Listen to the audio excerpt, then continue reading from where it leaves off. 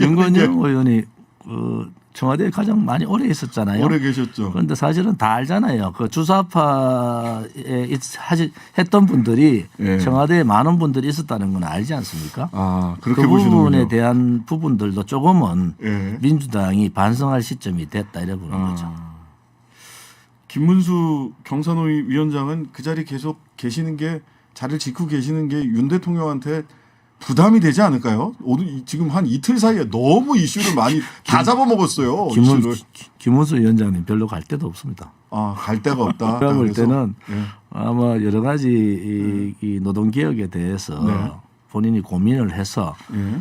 그 노동개혁을 정말 사회적 대타협을 할 수 있으면은 네. 이건 대단한 정말 혁신이고 개혁이거든요. 그런데 예. 첫 출발점이 노동개혁하고는 반대 방향으로 간 거 아니냐. 그렇죠. 그리고 어제 내가 그 각 산별연맹 위원장들 다 만나고 있다 했는데 산별연맹 위원 만난 적이 없다 또 이렇게 그거는 그거는 누구 말이 맞는지 그거는 잘 그건 모르겠어요. 몰라요. 만난 적 없다고 그냥 바로 입장 내셨더라고. 그거는. 자, 안보 문제 지금 많이 이슈가 되고 있습니다.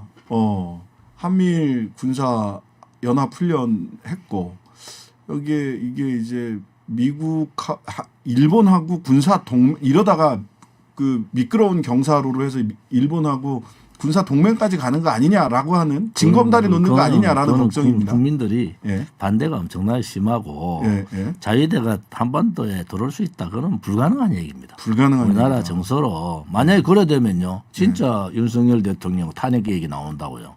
그래서 그것은 민주당이 뭐 잠시 뭐 축창과 투로 그 얘기할 수는 있지만 오래 끌고 가면 민주당한테 그 함정이 된다 이래 보는 입장이에요. 근데 정진석 비대위원장이 그냥 덜컥 얘기를 하시는 바람에 그러니까 그 문제는 아무튼 그 민주당이 이제 이 친일 프레임을 빨리 벗어나야 돼요.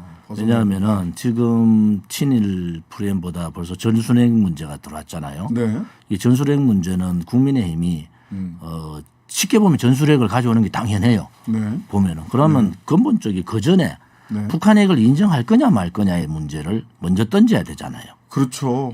먼저 던지자 한반도의 비핵화 선언을 이제 포기하자, 없애자 이런 얘기를 할 때는 그러면 북한핵을 인정할 거냐 말 거냐. 네. 이것은 한반도의 한국만의 문제가 아니고 미국뿐만이 아니라 전 세계의 문제잖아요. 그럼요. 자, 이 화두를 던질 때 그 앞에 얘기를 먼저 던져야 된다. 네. 그럼 북한핵을 인정하고 갈 거냐. 거기에 대한 국민의 여론은 굉장히 싸늘하다고요. 네. 그냥 전술핵 얘기를 쉽게 전술핵이 하는 게 아니고 전술핵을 얘기할 때는 한반도에 핵을 배치하겠다는 거 아닙니까? 전술핵이 됐든 뭐가 됐든. 그러면은 한반도의 비핵화 북핵 폐기라는 것이 무용지물이 돼버리잖아요. 그렇죠. 비핵화를 명분으로 한 북핵 폐기가 무용지물이 그래 되는 거죠. 되면은 북한핵을 인정을 하겠다는 얘기인데 그 문제의 화두를 야당도 안 던지더라고요. 그래서 자 그러면은 국민의힘이 북한핵 인정하겠다고 하면 얘기해라. 그랬으면 국민의힘이 할 수 있습니까? 그러니까 애매해요. 말을 못 하거든요. 그렇게 하면 이제 핵 군축 협상해야 돼요. 이제 그 다음부터는 그러니까 그래야 되니까 이게 친일 프레임하고 북핵 문제가 블랙홀로 들어간다고요. 그렇게 친일 프레임에 빨리 야당이 벗어나는 게 맞고, 그다음 친일 프레임 주장에, 그다음에 국민의힘에서는 전술핵 문제를 가지고 자꾸 거는데 그거 아마 역풍 맞을 거다. 미국의 입장이 가장 중요하잖아요. 네, 그렇죠. 그럼 해구산으로 방어가 되는 거고 그다음에 CVID 북핵 폐기 부분을 그대로 가져가는 정책으로 지금까지 왔는데 갑자기 여당이 전술핵 문제를 얘기하는데 북핵 폐기의 문제 얘기를 안 한단 말이에요. 그러면 미국에 봐서는 이게 뭐지? 다시 이제 머리가 아파지는 거예요. 그러니까 하루만 머리 아픈 거야. 보니까 이거는 그냥 국면 전환용이구나. 국면 전환용이다. 결과적으로. 그래서 이게 국면 전환용이면 전 좀 그래 정치니까 이런 수도 쓰는다. 지금 치워버리자 이래버리고 7차 핵실험이 예상이 16일. 앞으로 한 5일에서 20일 사이 나왔습니다. 이렇게 얘기 나왔잖아요. 거기에 대한 대비하는 겁니다. 7차 핵실험 했는데 윤석열 정부가 내놓을 게 뭐가 있습니까? 없어요 지금. 없으니까 전술핵이라도 얘기했다.